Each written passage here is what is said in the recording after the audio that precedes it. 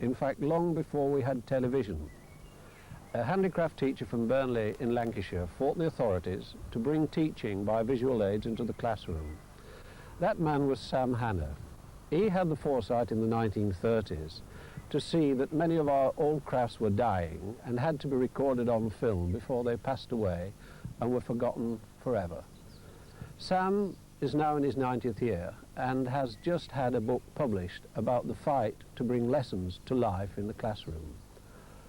In the 1940s, he was reported by a jealous colleague to the Ministry of Education for entertaining, not educating, by showing his films to the children of the school. This was to change Sam's life.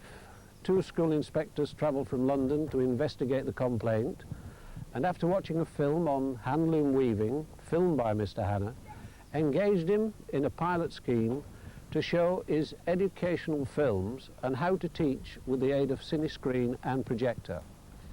Sam the filmiette maker should have been a rich man, for his films have been shown worldwide, and he invented many aids to cine photography, which were poached and further developed and are on the market today. He should be living in a mansion like this. But even if he had made a fortune, I think he would still prefer to be in the terraced house in which he has lived for over 60 years and known as the Lowry of Cine.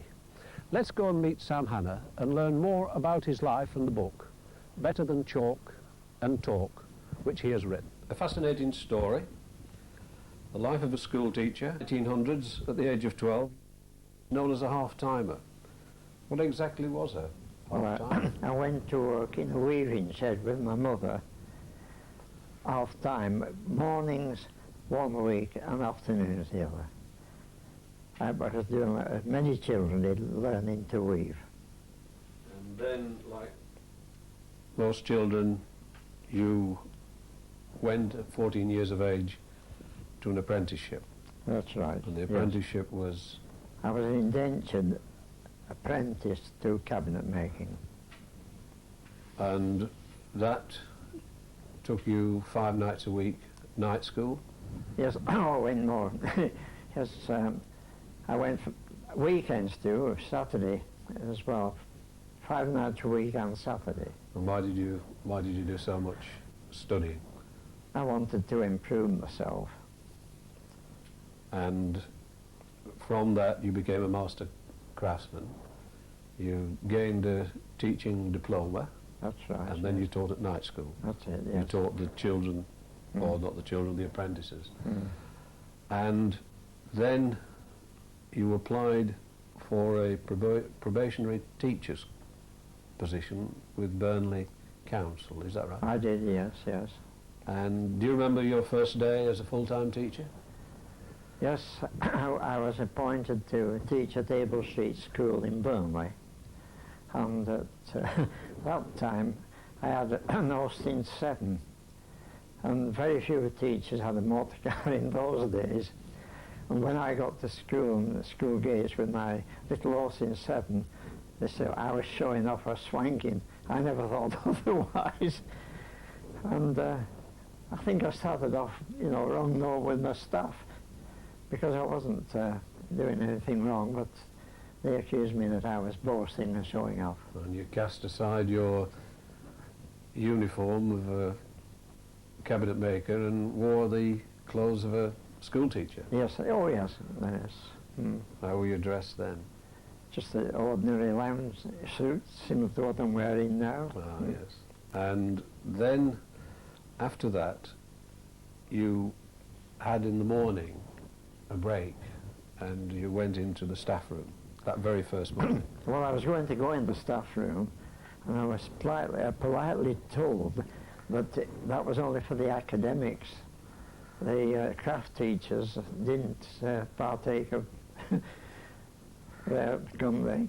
Were you the school's first craft teacher? Oh, no, there was other people before myself. Yeah. And what did that entail, teaching the boys? Well, they termed it woodwork and metalwork, but I was different to the others. I'd read an awful lot of books about what we were trying to do, and so I did my own way. but this was only a means of getting the information over that I wanted in wood and metalwork. I wasn't teaching them to be joiners, cabinet makers, or anything. And then you realised that photography could play a part in teaching these young, were they boys? Was it a mixed school? No, it was boys. These young boys then. And how did you get into photography? Well, I got into it when I was quite young. I had pneumonia and pleurisy, and an uncle came with a 3 1/4 square projector and camera, my magic lantern. Yes. And that, to me, fascinated me. And so it influenced me what I was going to do in school. And how did you influence the young lads of Baden School? Well, the point I wanted to show them and impress upon them the value of ordinary people, pay tribute to ordinary men and women in crafts. Yes. And the thought was, well, I'll find out these craftsmen and record them on film. And the first series I ever did was all about clog making, because all the lads wore clogs. And I think there's a fascinating story about the man who made the soles for clogs, is that right? He was a Sam as well, wasn't he? Yes, that was Sam Smalley, just outside of Clitheroe. And he just worked in the fields near his home, cutting up all the timber to make his clog blocks. He cut his own trees. He cut his, all the felled trees. his own trees. And he fascinated the boys. And going to Sam Smalley, he had a daughter Emily. working with him, yes. Yes. And how, just briefly, how do they make these clog soles? I mean, not many people see the clogs as they were at that period now. No, well, anyhow, what happened, Sam got his sew, and it was all the timber that he used. He found out where all the trees were growing, and they cut them down. And then outside of his cottage, he had a sewing board that erected, and they cut them up into length. Yes. And you went back to show him the film, but you Yes. couldn't show it immediately. Why was that? Well, no, I went back to show him at his own home, but at that period that I went, there was no electricity, so I couldn't do it. But I didn't want him to see it. So later he had electricity in, and I went again, and his wife was still in bed in this one bedroom of the house, and we erected a screen on the sideboard, and I put the film on. But you couldn't believe it. He was fascinated to see himself working, and he hesitated and went out in the street and got all the village children he could find. He says, I'm a flim star, I'm a flim star. A flim? Flim star. And he says, they have pictures at Clitheroe. I said, but I've never been to pictures. So he'd never seen a film? He'd never seen a film in his life, before. no. What period was this? This was in the 30s? Yes, oh in yes. the 30s. Mm. You then went on to make other films, didn't you? Well, at that Education. period, I made all the films connected with the clogs. Yes. Mm. And it's fascinating in your book how I never realised that there were such people as clog nail makers. Yes, now that's one of the crafts that I did not get. I wanted to. Yes. I found some in Yorkshire, but I never got down to Never it, to got do to like making the clog nails. No. But you've done charcoal burning and Oh yes, you've... coopering, charcoal burning. Now all these films, they were used for the children or for the boys, and then of course they became famous and went worldwide. Yes, yes. Well, well, what happened? Oh no, what happened really? I had a lot of enemies amongst my colleagues, and they used to tell stories about me that I wasn't teaching, I was entertaining. And someone reported me to London, to the Minister of Education, that I was not teaching. And one day, two gentlemen came in, introduced themselves as HMIs from London, and at that particular morning I was showing a film of handloom weaving. It was in colour and on a daylight screen which I'd invented. And these men stood in amazement. "Hanna, where have you got this?" I said, "What? Is this film?" I said, "Well, I've made it." I said, "I want to show the boys." I said, "Weaving is an important industry in Burnley, but it came from handloom weaving." And I was very, very lucky, because I was in the Yorkshire Dales. I found two ladies who were doing it with all the old tradition of handloom weaving. They went out in the fields and the hedgerows getting plants for dyes and so on, and took it in the cottage, and there was no electricity, no gas even. They could only work in the hours of daylight. And so I made my film Handloom Weaving. And these men saw this film. They couldn't believe it.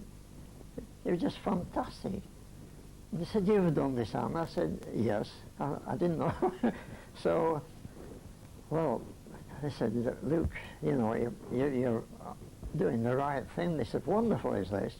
And they took me both to Edinburgh and Glasgow, because at that period the directors of education at Edinburgh and Glasgow were very, very keen that visual aids should be introduced in classrooms. So they found a teacher who was doing it and took me off there. That's excellent. And from there, it sort of cleared the way for your... It cleared the way, yes. Was this with the local authority? Well, there was still a lot of jealousy or stupidity with my local authority. They did everything possible to stop me.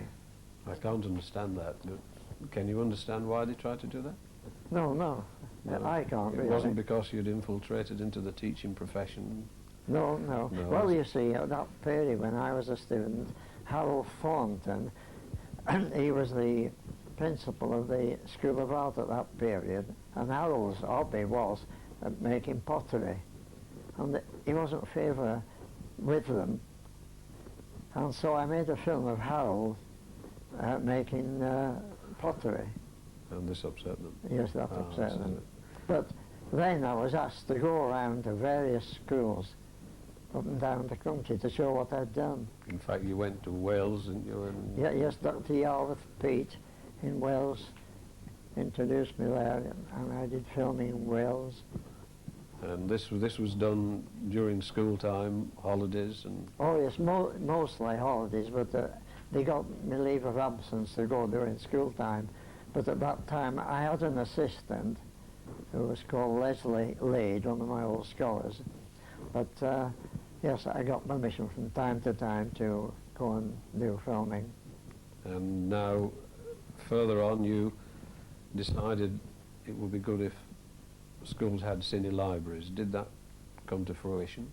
No, not really, no.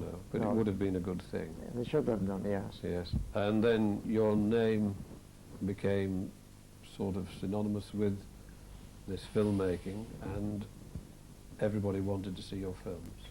Oh yes. Well, one of the surprising things was when the Americans came, they got to know of me. Most of my films are used in America, although at present time they've worn out. And they're now wanting to get my films via video, but I'm a bit hesitant about them going out there. And I can tell you why. A Canadian came one day and I was very flattered. He bought a lot of my films to go to Canada. And I have relatives in Canada, in the Vancouver area, and he got a brochure I had about my films. And one day, from Canada, my cousin sent me a copy of my brochure with this person's name and address on. They were supplying films to the He Canadians. copied your film. And so I was copying them, using mine as master and selling them. Yes. But I felt proud in a way, but I never felt like suing him. And of course your films have been used by BBC, Oh, television. They've been used all over the world. All over the world. And, yeah. and some 50 years ago you had a chance to join the BBC.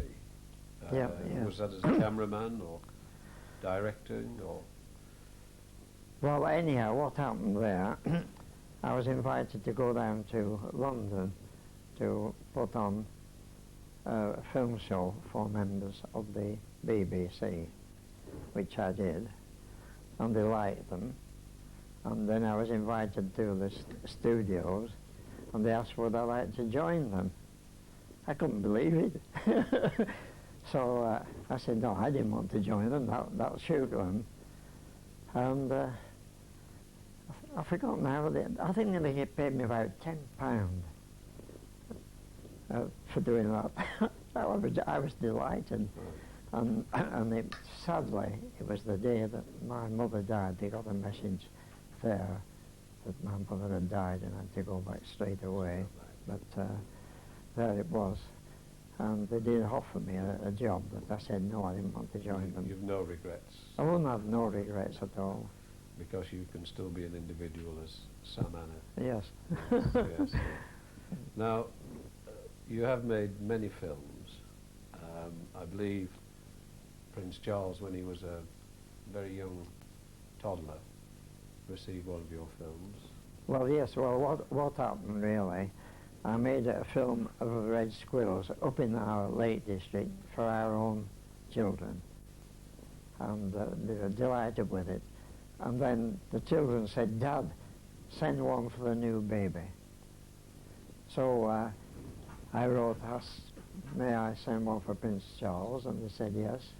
And so a copy went, and I had thanks from the Royals for my copy of Red Squirrel for Prince Charles. Ah, yes. And you've made many of these education films, The Corn Dolly Maker, Brush Makers, Sculptors, Rush Seating. Mm-hmm.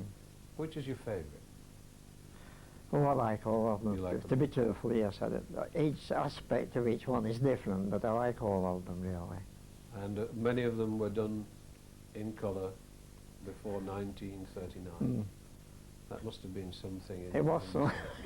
Yes, well, what happened, the Americans got to know about me, and for some unknown reason, they made it possible that Kodak supplied me with Kodachrome film. Not only that, I got film and a projector from America to use. And when the war came, I was amazed at the amount of American soldiers that used to come and look at us. Visiting from the States? And they were in the forces, Yes. and they were on leave in the UK. They found out where I was. And there were quite a number of them. I took them up to Townley Hall. Yes. And you did a lot of filming during the war away from the educational films. You did filming of all the Home Guard, Yes. the training films, Mhm. and what else did you do? Well, I did a lot of the recording of the Home Guard, but to train them, going out in the country and showing them what to do and so on, camouflage and this sort of thing. And when I used to go around to a battalion, I'm forgetting, I'm To sorry. the unit then? A unit, sorry, yes. Yes. They always had a full parade. And of course you were an officer. Yes, I was an officer, yes. A poor officer, but yes. I didn't mind about that. But I had the great support of Harold Parkinson. Harold was the CEO. That was Sir Harold Parkinson. Sir Harold Parkinson Yes. of Holby Castle. Yes. And Harold gave me great encouragement. I had a lot of criticism from here, there and everywhere. Not only with the Home Guard, but in your general filming, he gave you a lot of He gave me a lot of encouragement. In fact, you were photographing the royal visit through Sir Harold. Was he the High Sheriff of Lancaster? He was the High Sheriff of Lancaster, yes. Yes. Mm. And I filmed that too. that was the royal visit coming to Lancaster and That's throughout right. Lancashire. Yes. Mm. You've also met the Queen, Yes, met the Queen, Prince Charles. Prince Charles, You've been introduced to them. Prince Philip Prince Philip. at the Lily's Hall in Shropshire. What were you doing there? It was a recreation centre, and PE have a lovely film of the work of the National Committee for Visual, no, what they call it in, I'm sorry about it going, Coverack is here. Was this the Lily's Hall where there's physical Physical training, physical, yes. physical training? And this new tool in education brought you many friends, including the Minister of Education at the time. Was that right? Yes, oh yeah. Oh well, I I always... mean, this is quite an accolade to say that the Director of Education at a small town like Burnley refuses to acknowledge you, and yet the Minister himself has you recognised. Did you meet him in London, or where did No, you I meet met him in Manchester, really. Yes. I was made the chairman of Manchester and District Institute of Handicraft Teachers. That's how it came about. And so, as a new chairman, I had to put on a film show in Reynolds Hall of Technology in Manchester. And one man was there. I didn't know him at the time. He was the chairman of this committee. And when I'd finished, he stood up and he said, Sam, he said, I'm Alderman Wright Robinson. That doesn't know me. He says, but I used to be a clocker in Burnley. And he said, how he'd enjoyed it. And then he called out, he said, George, give some support.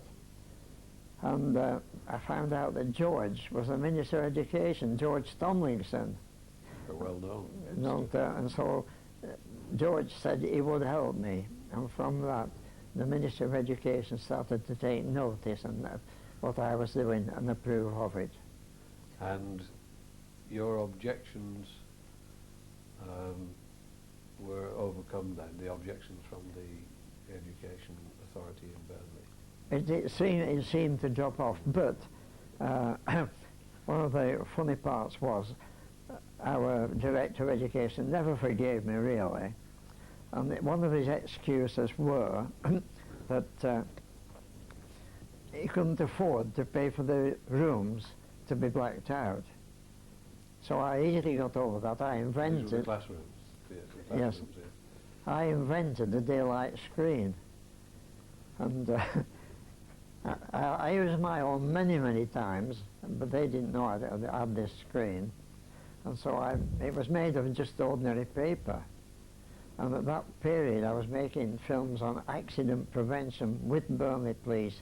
I did a lot of filming in those days with our police on accident prevention.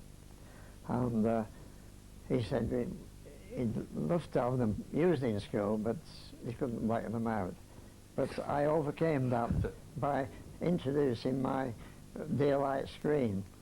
And then I used to, when I'd finished the show, I used to put my fist through the screen itself, shocked everyone. It was but paper, and I got it from the butcher's shop.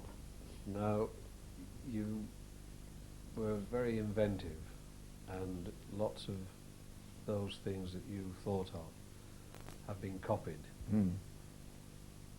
How do you feel about that? Well, I didn't mind. Well, I was proud in a sense. Yes. But yes, I couldn't afford. I mean, I had a family growing up, 3 of them all were going to university one day, and I couldn't afford to buy these things. But you see, I was trained as a designer of furniture. And so you only have to get thinking round what you want to make. And I invented a Hanna projector. I designed this projector. That was made, I found work for people in Burnley. They made it for me, but there was a catch in it. What did I find? These people were making these and selling them elsewhere. Themselves? Themselves. Yes. So you were too honest And you weren't a businessman? No, I wasn't a businessman. Your father, you filmed your father when you were official photographer for the town, being presented to King George V. Yes. And the present Queen Mum. That's right. And your father, I would like to just mention your father because he came to Burnley via Australia. Well, no, he was born actually in the Lake District, but he had been out in Africa and Canada and New Zealand. And then he went to South Africa. That's right, yes. And he left South Africa. Yes. He came away disillusioned. There's man's inhumanity to man. How we white people treated the coloureds. He couldn't believe it. And so he returned to England. Yes. And came to Burnley. Yes. And became a union official. Well, he became the president of Burnley Miners. Did he? Mm. Yes. And then, of course, through that he was introduced to the King and Queen. That's right, yes. I think there's in your book, there's a very good paragraph about this. Arrest that man. What did the king say to him when he met him? And you were filming this at the time.